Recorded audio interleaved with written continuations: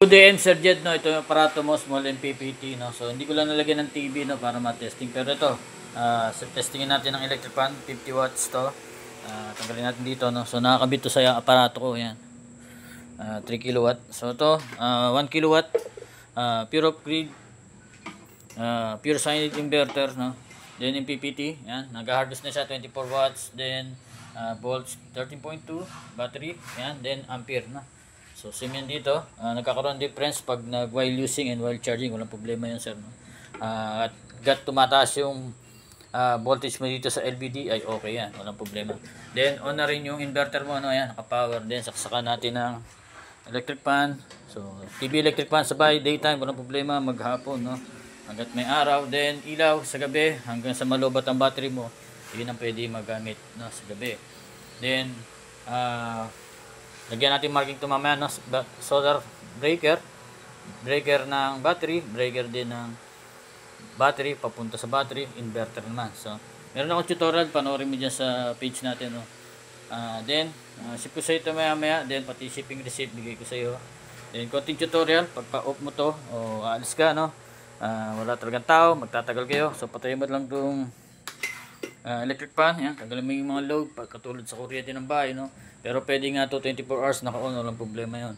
Automatic naman to mag-shutdown pag nalobat, mawala yung LED red, di mo magagamit yung LVD mo, no?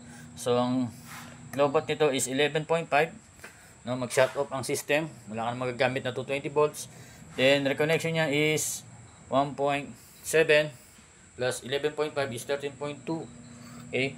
So bago umilaw uling LED red, bago magamit 13.2 yun. So makikita mo naman yan kung nagcha-charge yung aparato mo, no? May reading dyan, ampere yan, reading. Then 23 watts. Pag 00, ibig sabihin wala ka na harvest, no?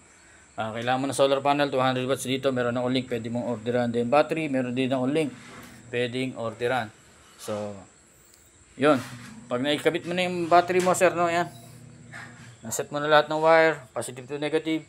Mayroon namang color coding tayo dito. Bagayain mo lang yan. Red is positive, black is negative.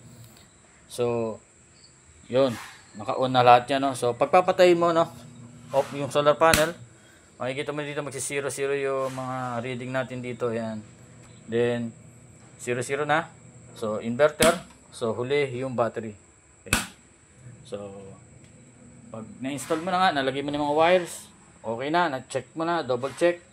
So dito ka lang gagalaw, no? Naigpit na. So power mo yung battery. Mag-initialize yung MPPT natin. Then pwedeng inverter muna, no? Kunwari wala ka pang solar panel.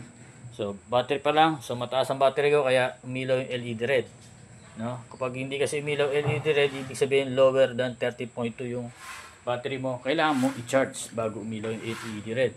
So solar panel on mo. Okay? So 0-0 kanina mga reading yan. Dahil wala pa nga solar panel, ngayon pa lang inon. So ngayon, karoon na siya ng reading. So yan, 32 watts, no? Yan yung nakukuha mong harvest. So sa peak, o sa tanghaling tapat, maabot yan at least 160, no? Kung bibili mo yung solar panel na sinabi ko, na nasa link ko. So Jinko Tiger yun, malakas na solar panel. So salamat sa pagtitiwala, Sir Jeds, no? Ortiz. So God bless.